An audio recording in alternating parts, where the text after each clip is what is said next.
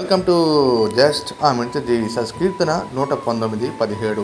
నీ సేవకుడినైనా నేను బ్రతుకున్నట్లు నా ఎడల నీ దయారసము చూపము, నీ వాక్యమును బట్టి నేను నడుచుకుందునంటూ కీర్తనకారుడు ఉపద్రవములో, అపాయములో, జీవించలేని పరిస్థితుల్లో, తన చుట్టూ తన జీవిత పోరాటంలో ఎన్నో నిందల్లో, అవమానంలో దేవుని జ్ఞాపకం చేసుకుంటూ నేను బ్రతుకున్నట్లు నీ దయారసము చూపమంటూ దేవుని కనికరము, దేవుని కరుణా కటాక్షముల కోసం విన్నపాన్ని తెలియజేస్తూ ఉన్నాడు.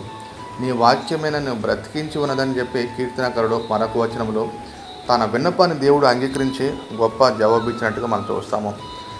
దేవుడు హిజ్కియాకి 15 సంవత్సరాల ఆయుష్ ఇచ్చినప్పటికీ కూడా ఆ ఆయుష్ దేవునికి ప్రయోజనకరంగా జీవించలేదు.